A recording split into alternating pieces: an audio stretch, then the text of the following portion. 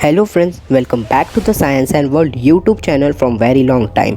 Guys, पहले तो मुझे माफ़ कर दो क्योंकि वीडियो इतनी लेट डाल रहा हूँ। वीडियो आई नहीं क्योंकि एग्ज़ाम्स चल रहे थे, पर अब से वीडियोस कॉन्स्टेंटली आएगी। तो बढ़ते हैं हम हमारे वीडियो की तरफ।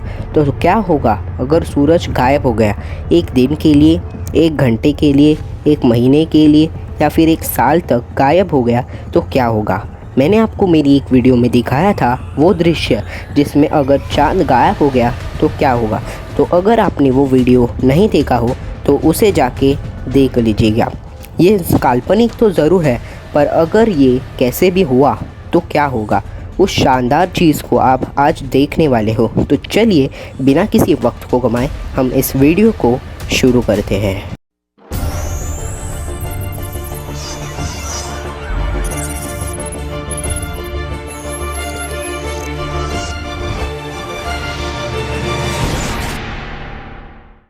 दोस्तों, सूरज ही वो चीज़ है जो अपनी गुरुत्वाकर्षण बल यानी कि ग्रेविटी की मदद से धरती को अपने चारों तरफ घुमाता रहता है। पर अब जैसे ही सूरज गायब हो गया, वैसे ही सोलर सिस्टम के सारे ग्रह जैसे कि मंगल, बुध, धरती, बृहस्पति, ये सब अपनी जगह से हिलकर अलग अलग हो गए हैं और अंतरिक्ष में दूर इधर उधर घूम रहे हैं। और अंतरिक्ष में धरती बिना किसी कंट्रोल के अब तैरने लगी है और अब कोई सूरज नहीं है जो धरती को पूरे कंट्रोल और सिस्टम में मेंटेन कर पाए।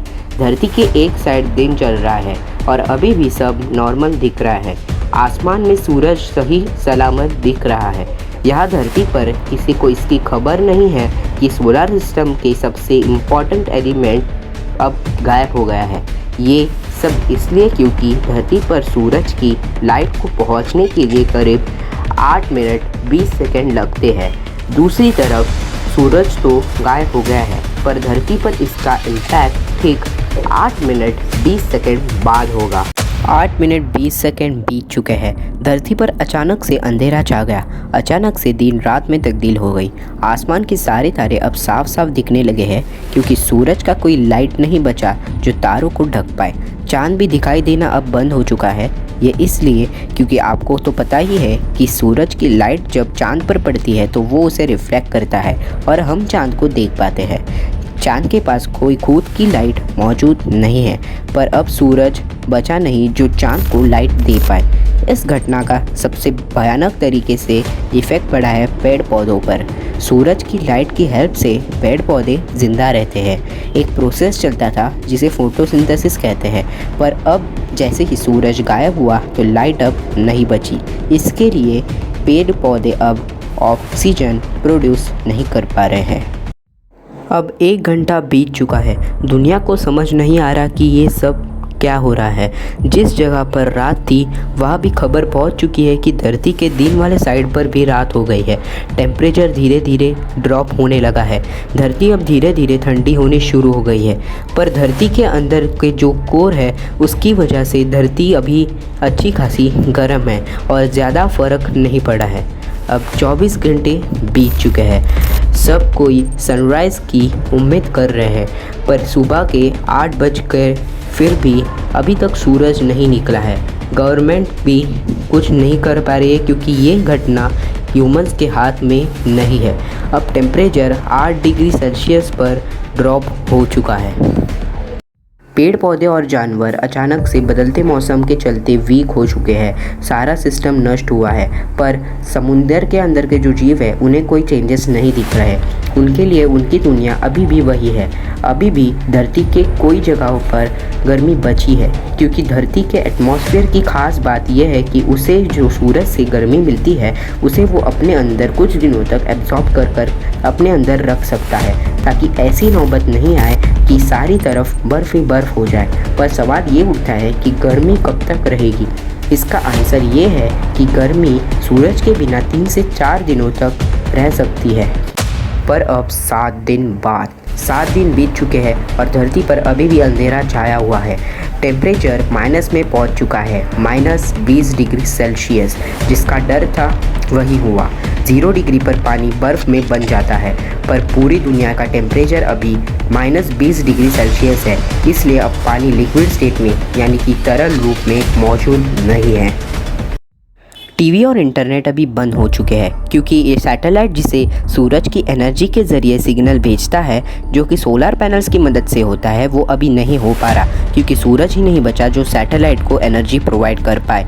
किसी तरह हाई पावर बैटरीज के चलते सैटेलाइट भी 7 दिनों तक चल गए, पर 7 दिनों बाद वो भी ऑफ हो चुके हैं। साइंटिस्ट ने भी नहीं सोचा था कि सूरज नहीं रहेगा, ऐसा भी दिन आएगा, इसलिए उन्होंने कोई बैकअप प्लान नहीं बनाया। दुनिया भर में जो सारी नदियाँ हैं वो अभी जम चुकी है। -20 डिग्री सेल्सियस के टेम्परेचर के चलते पूरे वर्ल्ड की इलेक्ट्रिसिटी अब ऑफ हो चुकी है क्योंकि जिस डैम से इलेक्ट्रिसिटी प्रोड्यूस होती है वही डैम अब जम चुका है। इसलिए मोबाइल फ़ोन टावर्स भी अब ऑफ हो चुके हैं और ये इसलिए क्योंकि दुनिया को ऑन रखने वाली जो बिजली है अब वो भी ऑफ हो चुकी है। अब सिर्फ कुछ ही जगहों पर बिजली बची हुई है जहां पर किसी और सोर्स से इलेक्ट्रिसिटी प्रोड्यूस की जाती है। धरती का पूरा सिस्टम इधर उधर होने की वजह से वो भी अब ऑफ होने वाले हैं। लोग अब एक दूसरे को कॉल नहीं कर पा रहे क्योंकि मोबाइल फ़ोन टावर्स भी अब ऑफ हो चुके हैं। सारा सिस्टम अब बिगड़ने लगा है। इंटरनेट और फ़ोन से जुड़ी दुनिया अब पूरी तरीके से डिस्कनेक्ट हो चुकी है। ज़्यादातर पेड़ पौधे अब तक मर चुके हैं। पेड़ पौधे भी बिना सूरज और बिना फोटोसिंथेसिस के ज़्यादा दिनों तक नहीं जिंदा रह पा रहे हैं। पेड़ पौधों को खाने वाले पक्षी अभी मरने लगे हैं। पेड़ पौधे ही नहीं बचे इसलिए वो भी अब भूखे रहने की वजह से मरने लगे हैं। जो भी अमीर लोग हैं उन्होंने अपने लिए इन 7 दिनों में एक अंडरग्राउंड बेसमेंट बनवा लिया है। गवर्नमेंट गरीब लोगों के लिए अंडरग्राउंड बेसमेंट बनवा रही है ताकि लोग उसमें जाकर रह पाए और एटलीस्ट ज़िंदा रहे। हर समय अब रात ही रात है। टाइम अब कोई सेंस नहीं बनाता। पहले दिन और रात हुआ करता था पर अब ऐसा कुछ नहीं बचा। अब धरती यूनिवर्स में तैरते तैरते किसी अननोन जगह पर आ चुकी है। 1 महीने बाद धरती ठंडी और ठंडी होते जा रही है। टेम्परेचर अब करीब -40 डिग्री सेल्सियस तक पहुंच चुका है। ऑलमोस्ट पूरी धरती अब बर्फ़ से ढक चुकी है। धरती पर पेड़ पौधे मर चुके हैं, उन पेड़ पौधों को छोड़कर जिन्हें ठंडे जगहों पर रहने की आदत है। धरती के ज़्यादातर जानवर अब मर चुके हैं। पानी के अंदर के जीव की बात करें तो पानी की फ्रीज़ होने के चलते वो भी मर चुके हैं। अब क्योंकि सारे पेड़ पौधे मर चुके हैं इसलिए हवा में CO2 यानी कि कार्बन डाइऑक्साइड की मात्रा इतनी हो चुकी है कि हर एक सांस अब सिगरेट के धुएं के जितना खतरनाक हो चुका है। जब पेड़ पौधे थे तब वो हवा को साफ करते थे पर अब हवा को साफ रखने वाला कोई नहीं रहा। 1 साल बाद जो जीवन बचा था वो भी अब ख़त्म हो गया है क्योंकि धरती के ठंड के चलते वॉल्केनोज अब इनएक्टिव हो चुके हैं और जो समुंदर जमे नहीं थे वो भी अब जम चुके हैं। धरती पर अब इतनी ठंड बढ़ चुकी है कि धरती पर कोई जानवर नहीं बचा। धरती के पूरे सरफेस पर जो आइस की लेयर थी वो 1000 गुना मोटी हो गई है। पर आश्चर्यजनक तरीके से सिर्फ एक जगह बची है जहाँ पर अभी भी जीवन मौजूद है और वो जगह है समुद्र के सबसे डीपेस्ट पार्ट में जहाँ पर उन्हें धरती के कोर से भी अभी भी ताप मिल रही है और वहाँ का पानी अभी भी तरल रूप में मौजूद है।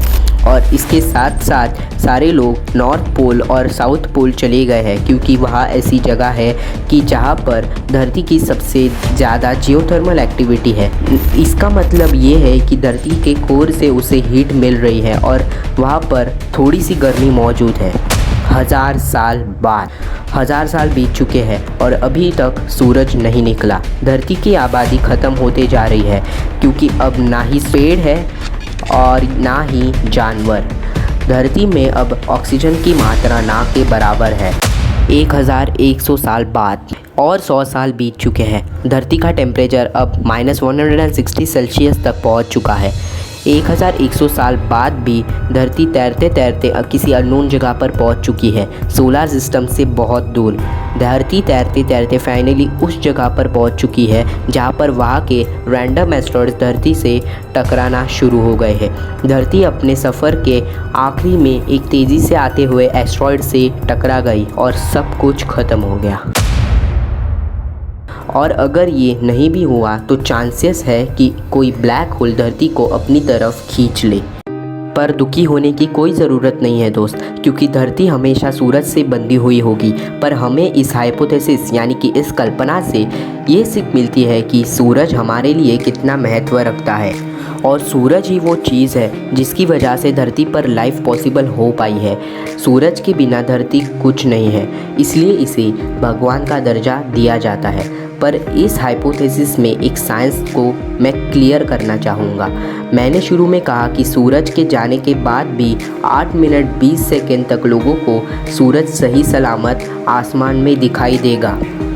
पर ऐसा भला कैसे हो सकता है? तो इसका रीज़न ये है कि सूरज की लाइट को धरती तक पहुंचने में 8 मिनट 20 सेकेंड लगते हैं। इसलिए जब भी आप सूरज को लाइव देखते हो तो साइंटिफिकली आप सूरज को लाइव नहीं देख पाते हो। तो बस आज के लिए सिर्फ इतना ही। अगर आपको ये वीडियो पसंद आई हो तो उसे लाइक कर देना, शेयर कर देना और मेरे चैनल को ज़रूर सब्सक्राइब कर देना। प्लीज़ यार लाइक कर दो, मेहनत लगी है बहुत इस प्रोजेक्ट के लिए। बेल आइकॉन भी प्रेस कर देना ताकि आपको ऐसी इंटरेस्टिंग वीडियोस को मिस ना कर पाओ। तो मिलते हैं अगली वीडियो में, तब तक के लिए keep learning and keep growing. Good bye.